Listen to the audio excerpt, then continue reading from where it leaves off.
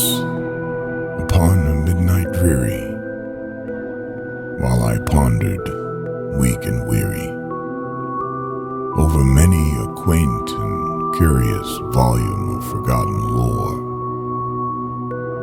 while I nodded, nearly napping, suddenly there came a tapping, as of someone gently rapping at my chamber door. "'Tis some visitor," I muttered, tapping at my chamber door. Only this and nothing more. Ah, distinctly I remember. It was in the bleak December, and each separate dying ember wrought its ghost upon the floor. Eagerly I wished the morrow. Vainly I had sought to borrow from my books surcease of sorrow, sorrow for the lost Lenore, for the rare and radiant maiden whom the angels name Lenore, nameless here forevermore.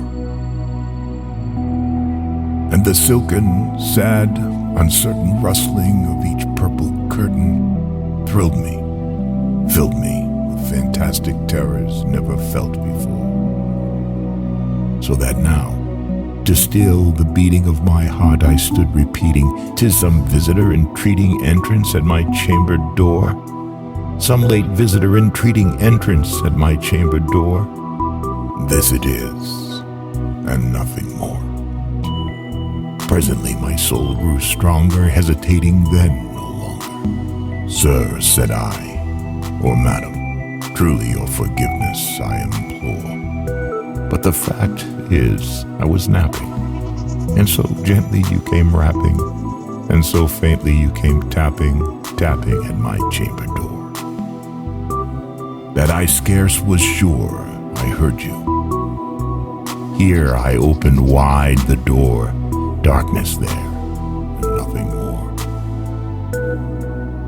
Deep into that darkness peering, long I stood there, wondering, fearing, doubting, dreaming dreams no mortal ever dared to dream before.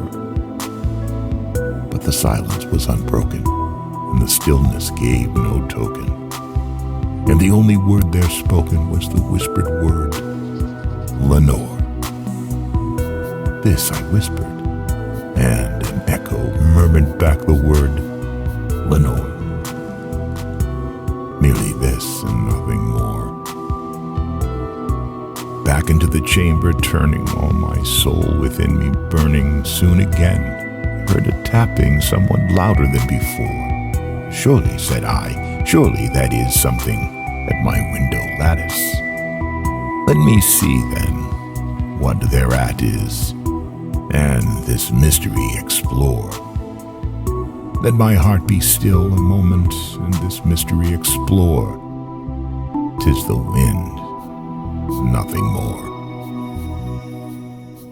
Open here I flung the shutter, when, with many a flirt and flutter, and there stepped a stately raven of the saintly days of yore.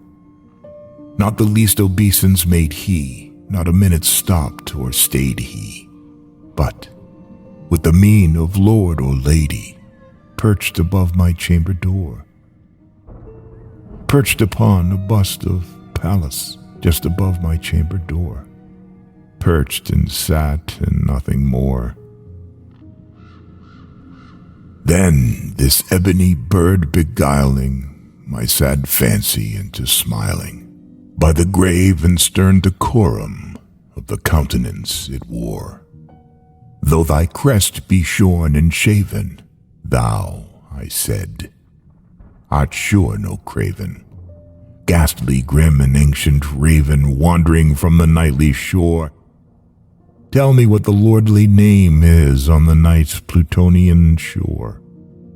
Quoth the raven, "Nevermore." Much I marveled, this ungainly fowl, to hear discourse so plainly, though its answer little meaning, little relevancy bore. For we cannot help agreeing that no living human being ever yet was blessed with seeing bird above his chamber door, bird or beast upon the sculptured bust above his chamber door, with such name as Nevermore. But the raven, sitting lonely on the placid bust, spoke only that one word, as if his soul in that one word he did outpour. Nothing farther than he uttered, not a feather than he fluttered, till I scarcely more than muttered, other friends have flown before. On the morrow he will leave me, as my hopes have flown before. Then the bird said, Nevermore. Startled at the stillness broken by reply so aptly spoken, doubtless, said I, what it utters is its only stock and store, caught from some unhappy master whom unmerciful disaster followed fast and followed faster till his songs one burden bore, till the dirges of his hope that melancholy burden bore, of never, nevermore. But the raven still beguiling all my fancy into smiling, straight I wheeled a cushioned seat in front of bird and bust and door. Then upon the velvet sinking, I betook myself to linking fancy unto fancy, thinking what this ominous bird of yore, what this grim, ungainly, ghastly, gaunt, and ominous bird of yore meant in croaking, Nevermore. This I sat engaged in guessing, but no syllable expressing, to the fowl whose fiery eyes now burned into my bosom's core. This and more I sat divining, with my head at ease reclining on the cushion's velvet lining that the lamplight gloated o'er, whose velvet violet lining with the lamplight gloating o'er. She shall press, nevermore.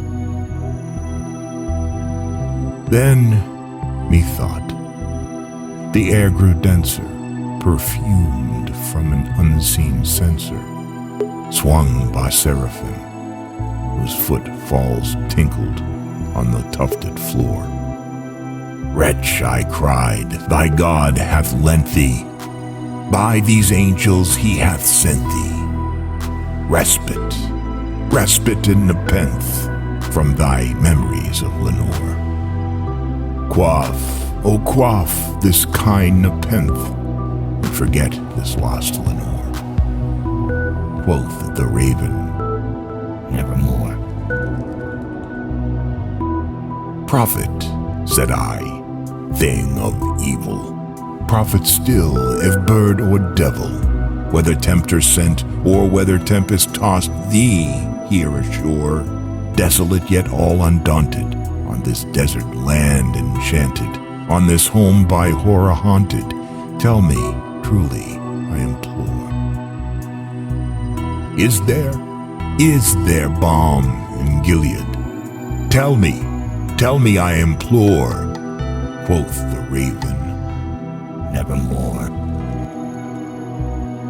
Prophet, said I, thing of evil, prophet still, if bird or devil, by that heaven that bends above us, by that God we both adore. Tell this soul with sorrow laden if within the distant Aden it shall clasp a sainted maiden whom the angels name Lenore. Clasp a rare and radiant maiden whom the angels name Lenore. Quoth the raven, Nevermore. Be that word our sign of parting, bird or fiend, I shrieked, upstarting. Get thee back into the tempest and the night's Plutonian shore. Leave no black plume as a token of that lie that soul hath spoken. Leave my loneliness unbroken, quit the bust above my door. take thy beak from out of my heart, and take thy form from off my door. Quoth the raven, nevermore. And the raven, never flitting, still is